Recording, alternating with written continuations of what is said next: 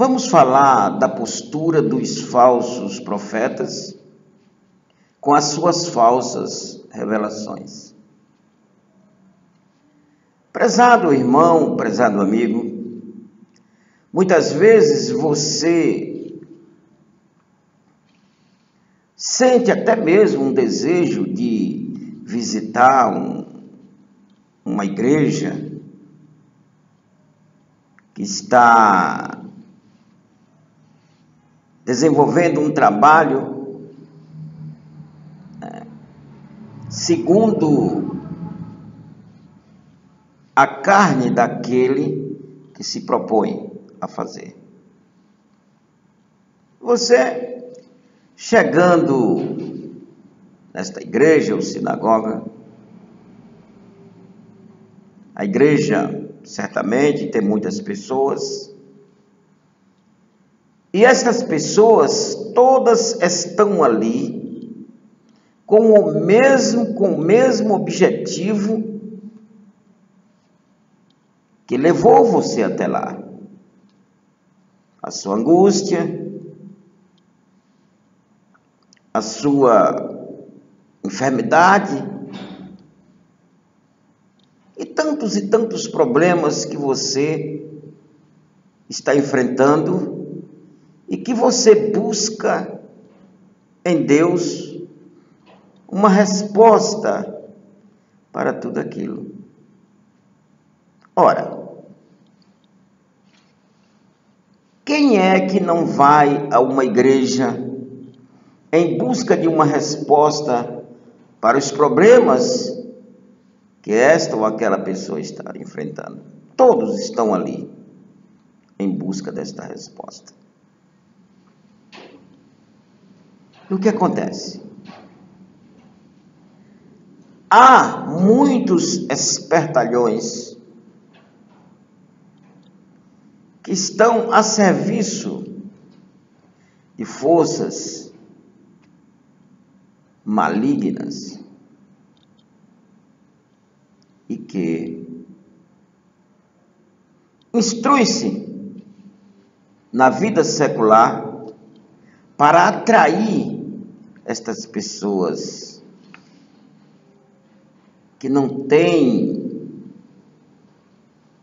muitas vezes, o cuidado de discernir as aberrações que têm sido propagadas ao longo dos tempos.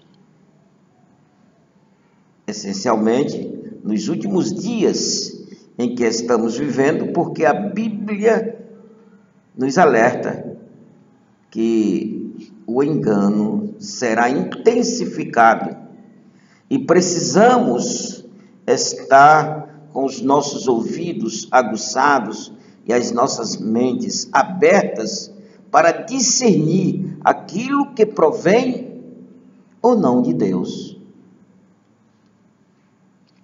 Vamos meditar da seguinte forma. Alguém chega numa sinagoga, debilitado espiritualmente, fragilizado fisicamente,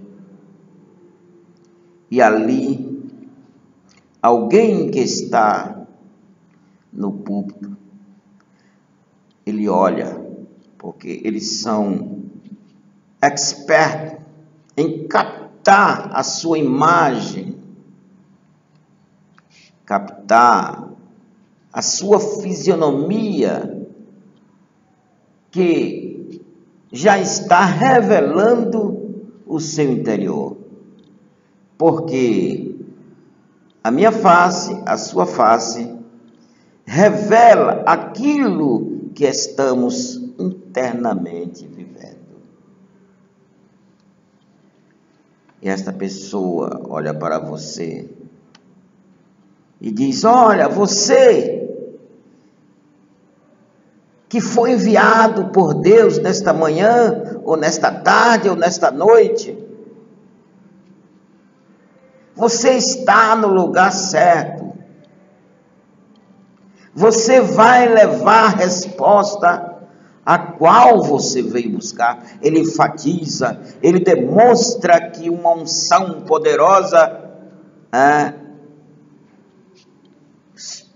emergiu do seu coração. E muitas vezes você até se empolga em ouvir toda aquela encenação, tudo aquilo que realmente está diante de você. E ali ele diz, observe que ele cerca de várias maneiras, ele nunca entra efetivamente no seu problema. Por quê? Porque ele não está recebendo nenhuma revelação de Deus. Ele está apenas especulando a sua vida mediante aquela imagem sofrida que você o transmitiu. E aí você torna-se uma presa fácil em suas mãos. E ele começa a profetizar para você que você está sofrendo, que você está passando um momento muito difícil, mas que Deus vai te dar vitória. Mas que momento é esse? No mínimo você deve meditar, bem, um momento difícil eu estou passando, mas o que eu quero é firmeza naquilo que eu estou ouvindo, que eu estou recebendo. Muitas vezes não acontece. Aquela pessoa começa com aquela encenação, com aquele palavreado, que você muitas vezes até mesmo se entristece. E os seus problemas tendem a se agravar, porque você, no dia seguinte, ao passar por alguém que estava naquela sinagoga, é apontado, olha, este é aquele irmão que foi revelado. E que revelação foi esta? Que nem mesmo você entendeu aquilo que lhe disseram. Não, esta revelação não procede de Deus. O que você foi alvo foi de uma especulação psicológica. Alguém que tentou, através do seu semblante, da maneira frágil como você estava, lhe dizer algo que não disse. Agora vejamos, quando uma mensagem procede de Deus, ela não é dita desta maneira. Sabe por quê? Porque Deus não é Deus de confusão. A sua palavra, ela cumpre-se na minha vida e na sua vida. E quando ela é levada a alguém, o Senhor vela para que ela seja cumprida. É assim que acontece. Vejamos o que aconteceu com o rei Ezequias. O rei Ezequias estava enfermo. Era um rei novo, 39 anos. De repente aquele homem adoece. Deus chama o profeta Isaías e diz: vai, Isaías, até a casa do rei Ezequias, palácio do rei, e lá você diz para ele que ele deve pôr a sua casa em ordem, porque ele morrerás e não viverás. Olha, Isaías, profeta de Deus, primo de Ezequias, Isaías tinha certamente intimidade com o rei. Mas Ezequias, ao receber Isaías, ele ouviu esta mensagem de advertência com sabedoria. Já imaginou se o profeta Isaías chegasse lá diante do rei e fizesse estas mesmas encenações, estas mesmas aberrações que são feitas hoje nas igrejas ou sinagogas? O rei poderia sofrer um tremendo de um infarto e morrer. Mas ele foi com sabedoria. Certamente ele preparou o coração do rei para lhe entregar esta mensagem. Certamente Isaías deve ter chamado o rei separadamente, porque se Isaías fosse lá e falasse essas coisas abertamente, além dele causar um impacto tremendo diante do rei, o rei poderia ter morrido, como já foi dito, ou então não receber aquela mensagem e mandar encerrar Isaías na prisão. O rei era poderoso, o rei tinha o comando da nação sobre as suas mãos, ele poderia fazer aquilo que ele determinasse para que os seus súditos cumprissem. Mas não.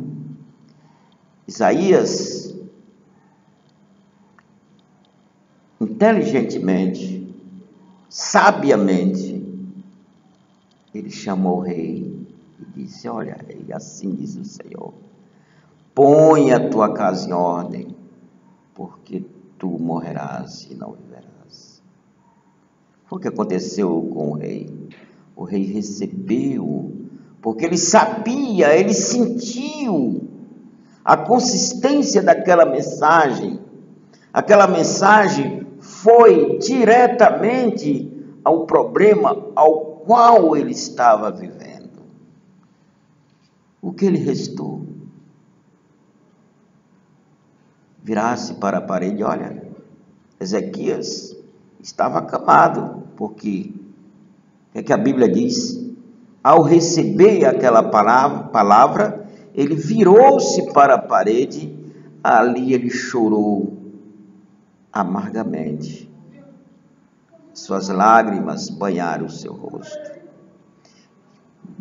Ele se colocou diante de Deus como um necessitado da sua misericórdia, que Deus desse mais alguns anos para que ele viesse a realizar a sua obra, fazer aquilo que era agradável aos olhos do Senhor. E Deus se agradou. Ezequias mostrou que tinha reserva diante de Deus. As suas orações estavam diante do Senhor como cheiro suave, agradável. E Deus se sensibiliza com o rei Ezequias e chama Isaías e muda o cativeiro de Ezequias, muda a sua história, quando diz para ele que ouviu a sua oração e viu as suas lágrimas, iria sarar a sua enfermidade e ainda lhe acrescentaria mais 15 anos de vida. E Ezequias se alegrou, e 3 dias depois estava Ezequias na casa do Senhor. Depois falaremos sobre esta história maravilhosa que está escrita na Bíblia.